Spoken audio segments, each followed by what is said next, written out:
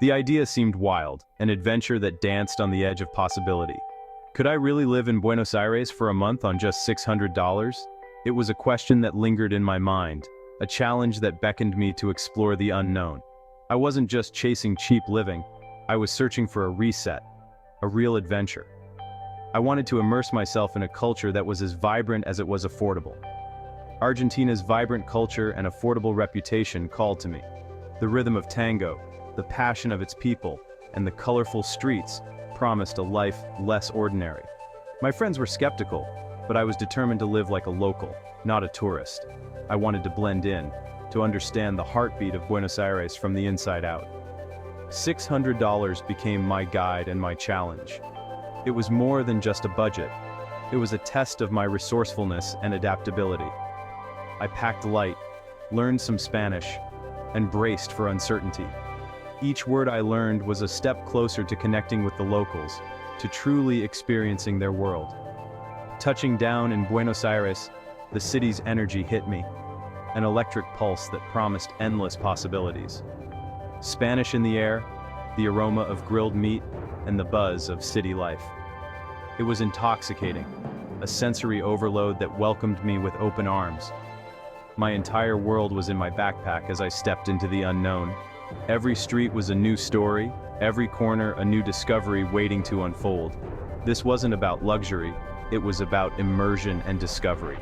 I was here to live, to learn, and to grow in ways I never imagined. I was ready to trade comfort for experience. Each meal was a new adventure, each interaction a lesson in the art of living. The $600 challenge had begun. It was a journey of self-discovery, a test of my limits and my willingness to embrace the unfamiliar. I had no idea how much it would change me, but as the sun set over the Buenos Aires skyline, I felt a sense of peace and anticipation for the journey ahead. My first mission, find a place to live on a tight budget. Fancy neighborhoods were out. I searched in Almagro and San Telmo. After a few hostel nights and awkward apartment viewings, I found a small room in Almagro with a local student, Sophia. The room was basic, but it felt like home. Sophia welcomed me, sharing tips on markets and public transport. Living with her wasn't just about saving money, it was about connection. We shared mate and stories, and I quickly felt less like a stranger. My little room became my sanctuary and launchpad for adventure. It proved you don't need luxury to feel secure.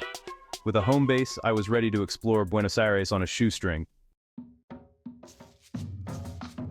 With a roof over my head, I found a sense of comfort and security in the heart of Buenos Aires. My apartment was small but filled with light, and every morning I'd wake up to the sounds of the city coming alive outside my window. I built a daily routine on $20 a day, carefully tracking every peso. Budgeting became a daily ritual, almost meditative, as I learned to stretch my money and prioritize what truly mattered. The local street markets became my go-to for fresh, cheap produce. Wandering through the stalls, I'd chat with friendly vendors, discovering new fruits and vegetables I'd never tried before. The colors, smells, and energy of the market made grocery shopping feel like an adventure. I learned to navigate the city's buses and subways with a Subi card, skipping taxis entirely. Public transport was not just affordable, but also a way to feel connected to the pulse of the city. Each bus ride was a window into real Buenos Aires life. I'd watch families, students, and workers, all sharing the same journey, each with their own story. My days were simple. Morning walks through leafy parks, where I'd watch joggers and dog walkers greet the day. Afternoons were spent cooking lentil stews and veggie pastas, experimenting with local ingredients and sharing meals with new friends in the kitchen. Evenings were for reading in cozy corners or exploring free events, open-air concerts, art shows, and neighborhood gatherings that brought the city to life after dark. Cooking at home was both a necessity and a joy. It grounded me, gave me a sense of routine, and let me savor the flavors of Buenos Aires on my own terms. Free concerts, museum days, and street art filled my calendar.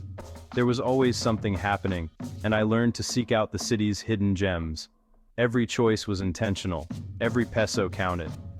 I became more mindful, appreciating the value of simple pleasures and small luxuries. The routine wasn't glamorous, but it was deeply satisfying. I found joy in the ordinary, and a sense of accomplishment in making it all work. I was living simply, but fully, embracing each day with curiosity and gratitude, discovering new corners of the city and new parts of myself. This was the real Buenos Aires. Vibrant, unpredictable, and endlessly inspiring. A city that taught me how to live with less, but experience so much more. Living on a budget in Argentina meant finding joy in the little things. Empanadas became my favorite cheap treat. Each bakery offered a new flavor to discover. I found free tango classes and watched couples dance in San Telmo's plazas. The city's magic was in street artists, friendly shopkeepers, and spontaneous music in the subway. Wandering neighborhoods like San Telmo and Palermo Soho, I found adventure in every corner. These moments cost nothing but gave me everything. The city's soul revealed itself in small, everyday joys. My days were filled with wonder, not expense. This was the Buenos Aires most tourists never see. Living on $600 meant tracking every expense. I turned budgeting into a game, challenging myself to stretch each peso. Cooking at home was my biggest money saver. Simple meals, big flavor. Free parks, street markets, and public events became my entertainment. Sometimes I had to say no to outings, but I learned to prioritize experiences over things. Instead of souvenirs, I collected memories. Instead of tours, I created my own adventures. The challenge forced me to be creative and resourceful. I discovered that a rich life isn't about spending, but about living intentionally. Difficult choices taught me what really mattered. My budget was tight, but my days were full. I was thriving, not just surviving. Not every day was easy. Sometimes saying no, even to a slice of cake, felt like deprivation. Social invitations I couldn't afford made me feel like an outsider. Currency fluctuations and unexpected expenses added stress. There were lonely nights and moments of doubt. But these struggles taught me resilience and gratitude. I learned to appreciate simple meals and deeper connections. Financial anxiety made me more organized and adaptable. The hard days gave the journey honesty and depth. Living on the edge of my means revealed what I was truly capable of. Amid the budgeting, I found something priceless: community. My roommate Sophia became a true friend, introducing me to her circle. We shared potluck dinners, laughter, and language lessons. I found connection in unexpected places: the local laundry lady, a street musician, friendly neighbors. These relationships cost nothing but meant everything. Human connection became the highlight of my trip. The kindness of strangers and warmth of new friends transformed my experience. I realized the best souvenirs are memories and friendships.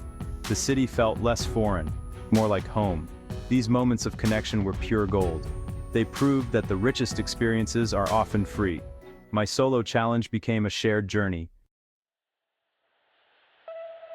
As the month went on, I slowed down and noticed the beauty around me.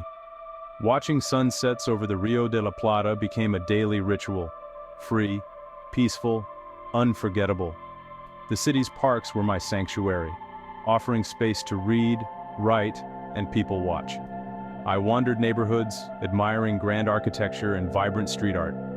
Every street held a new delight, from rose gardens to colorful murals.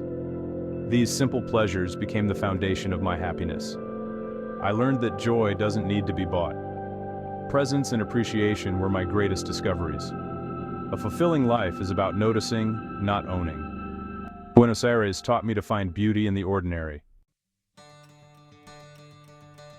As my month in Argentina drew to a close, I found myself sitting quietly, flipping through the pages of my budget notebook. Each scribbled note and every carefully tracked expense told the story of my journey, one that was about far more than just numbers. I realized I had actually done it. Living on just $600 for an entire month wasn't just a challenge, it was a lesson in resourcefulness, creativity, and the willingness to embrace the unknown. It meant saying yes to new experiences and no to unnecessary comforts. This wasn't a typical vacation filled with luxury or excess. It was a true immersion into daily Argentine life. I learned to shop at local markets, cook simple meals, and join in family gatherings, discovering the beauty of everyday moments. What surprised me most was how happiness seemed to grow from genuine connection, not from what I could buy. Sharing laughter with new friends in a park or exchanging stories with locals over coffee brought a sense of belonging I hadn't expected. I discovered how little I truly need to feel content. My small backpack held only essentials, yet I never felt deprived. In fact, the simplicity made every experience feel richer and more meaningful. This journey completely rewired my relationship with money and possessions. Letting go of things I didn't need, I found freedom in living lightly and focusing on what really matters. I returned home not just with souvenirs, but with memories, valuable lessons, and a newfound confidence in my ability to adapt and thrive anywhere. I realized the world is far more accessible than we often believe. With a bit of courage and curiosity, adventure is within reach. A truly rich life isn't measured by what you own, but by the curiosity you nurture, the courage you show, and the connections you make along the way. So, I ask you, what's your version of a $600 Argentina? What dream or adventure is calling out to you, waiting for you to take the first step? Maybe it's a journey to a new country, or maybe it's a challenge closer to home. Whatever it is, that dream is waiting for you to answer. I encourage you to listen to that call, trust in your own resourcefulness, and explore your true potential. You might be surprised by what you discover about yourself. The world is waiting for you. So go out, embrace the unknown, and live your own adventure. You never know how much it might change you.